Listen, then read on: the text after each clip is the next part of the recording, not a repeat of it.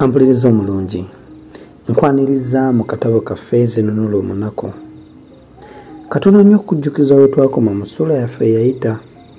Munnange nno nga tuwonedde watono okuttibwa mu nsi ya Bulyambwa oluvannyuma lw'ekiragiro kya Kabaka Ndoddooti kye yali ayisizza olw'ensonga twayita mu kkubo mwali mutayitwa, era bw'otutyo ne tukwasibwa abambowa abaali ab'okututwala eri ettabiro tubeere nga bw'otutyo munnange tulusuulamu akaba. Naye munnange Mukama yayisiza kummula eyali mu nsawo yange mwannyinazeeko omunaku gwe yansibirira. Bwe yagenda abambowa mu maaso naffe ne tufuna ekyagaanya munnange ne twota omusubi. Nkwaniriza mu ssula yaffe ey'omwenda tulondebwa omusajja kiri mutu lulangalanga. Bwali buwungeera buti ne tutuuka mu kyalo ky'omwami Pyati Sololo ekyayitibwanga Godadu. Oba eryo lirikyali erinnya lyakyo ne leero ne simanya. Twali tugenda tusejjera bwe tutyo ne tusisinkanyiriza Ttimba eyali akutte akaana akalenzi ng'akasibye amakata akatulugunya. Naffe kwe kumugwako ekiyiifuyiifu ne tumusogga amafumu agaali ag'abambowa ne tumukazakkaza, akaana ne tukataasa. Kyokka waliwo ekyatusese nnyo ekitalo awo nga bukyatwefuka ne Ttimba. Yali azingulula amakata n'ankuba akawuwo mu mbiriizi n'engwa ennume y'ekigwo gye wali olabye. Nali ndowooza nti n'embiriizi zonna zigengenyese. Wansi namalawokko akaseera nga nzinyiganyiga ndaba oba nga mulimu olumenyese era nga nkyasonda n'amaanyi ag'okuyimuka. Bwe natuula Mikolo n'aseka nnyo nga bw'agamba nti, akawuwo obuwuwe kakukubidde ekigwo, leero singa Ttimba yennyini yakukutteko obwala wandibetense buswa. Nange nga neegatta mu nseko nga zituvulunga bigwo. Tuba tuli awo tukyasaka amaanyi era nga twebuuza ne kitunaakola n'omwana ono ne tulengera omusajja omuwanvu ajja alembalemba. Bwe yatutuukako n'atulamusa mu ddoboozi era n'amaaso ag'ekisa era n'atubuuza gye tuva ne gye tugenda.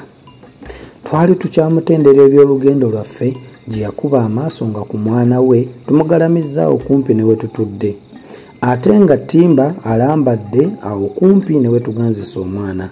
N'atya nnyo kubanga yalowooleza ddala nti omwana afudde so nga nsisi yali emubondeezezza bw'etyo. Newankubadde twalekeera mangu mu kkubo ebigambo by'olugendo lwaffe bye yali takyawuliriza ne tumunnyonnyola eby'omwana nga bwe bibadde. Ye kennyini ng'amaze okufukamira n'asitula omwana n'alaba ng'akyassa omukka ng'ayogera era nga mu mubiri gwe temuli ggumba nali mu Ttimba liiseseggudde, n'alyoka awuliriza ebigambo byaffe era n'abikkiriza nga bya mazima. Bwe yamala okutwebaza ng'atwekubiirako olw'okuwunya omwana we n'atusaba tugende tusule ewuwe. Naffe bwe twalaba ng'obudde buziimeera ate nga tusigazza kalimi era nga n'omusajja wa kisa ate ng'atusabye tugende tumulombojjera ekitundu ky'olugendo lwaffe ekyali kisigalidde, ne tukkiriza okugenda naye era ne tusuubira nti yandituyamba okutusobozesa ensi eno empya gye tuguddemu obugwi. Nga tutuuse mu maka ge ne tulaba ennyumba eziteekeredde ziti ezeesengesa obulungi naye ng'ezimu ku zo temuli bintu.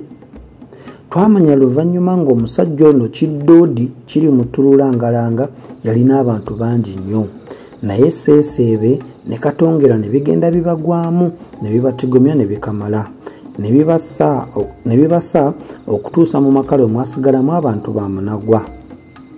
Twasangamu abalenzi abakulu 4 baganda b'abakannyinimu bakodomi be nga be basigaddewo bokka, abaana abawala 3 n'akalenzi kamu kali ke twataasa ku Ttimba nga ke kadda ku muwala Mmeeya nga ye mwana wa nnyinimu omukulu.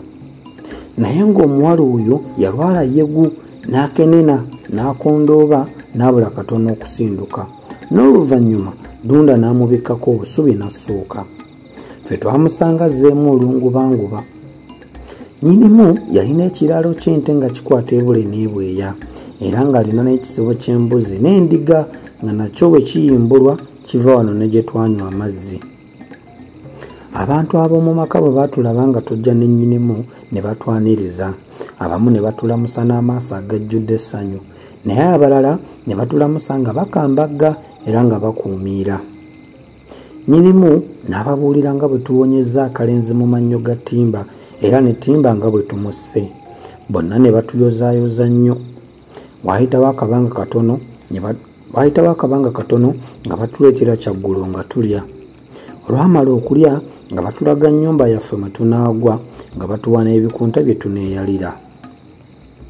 Bwe twatuuka mu nju, olw'okuba nga yali emaze ebbanga ddene nga tesulwamu, yali ejjudde ggogolimbo ne kafaakunaaye. Twayimukiramu masajja olwo obukowu tubulizze ku mpagi nga tukuma muliro nga tweramu kisaazisaazi era n'abavubuka abamu nga batuyambako tuleme okufa olwannagganga nga twala buliri bwaffe.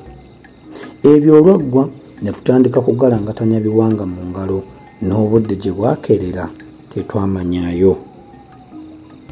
Omuperereza omulungi, nzikiriza tujja kutandikiraawo twongere okumanya biki ebyaddirira nga tumaze okutuuka mu nsi y'omwami Pyatisololo eyayitibwanga Godado.